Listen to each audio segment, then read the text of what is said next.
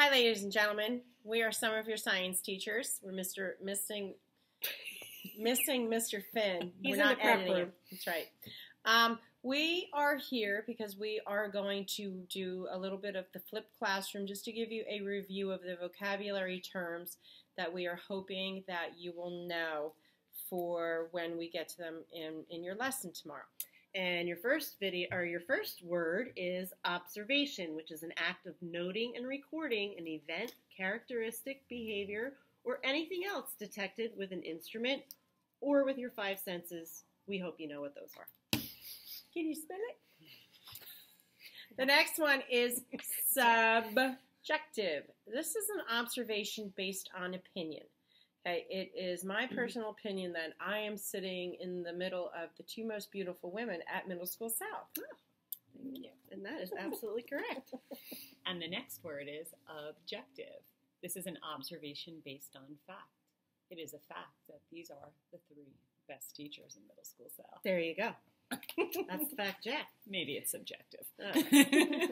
Next, we have hypothesis, which is a tentative explanation for an observation or scientific problem that can be tested by further investigation. When we do experiments, we always want to make sure we have a control group.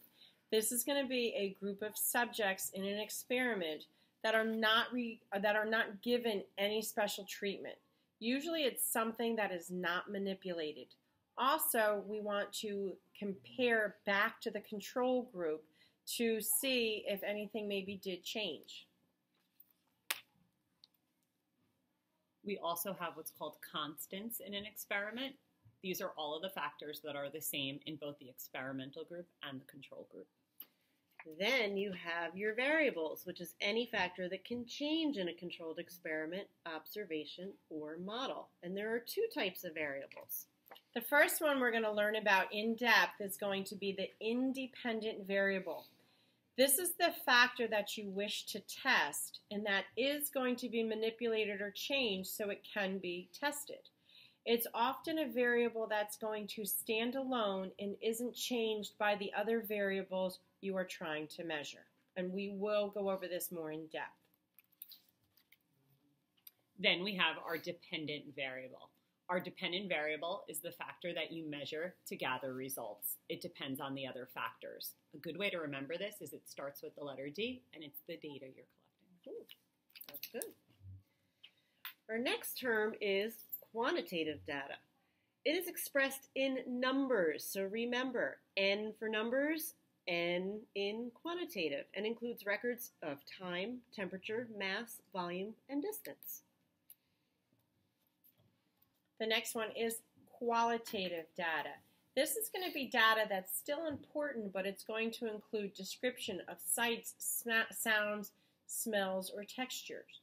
If you touch something that is hard, you can't measure it, but you know it's not fuzzy. We also have the word inference. An inference is a logical conclusion drawn from the available evidence and prior knowledge. Inferences are often made from observation. Okay, this next one might seem silly, but we're going to give you the definition of science. What we want you to know is it's the study of the structure and behavior of the physical and natural world through observation and experiment. Then we have engineering. This is going to be the application of science and mathematics to design or redesign technology to solve problems and meet needs. When scientists study the natural world, engineers designed the human man-made world.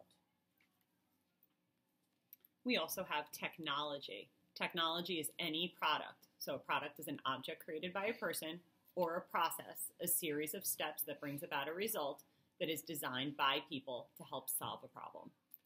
And our last three terms are ones that we are going to be working with all year. Your first one is your claim.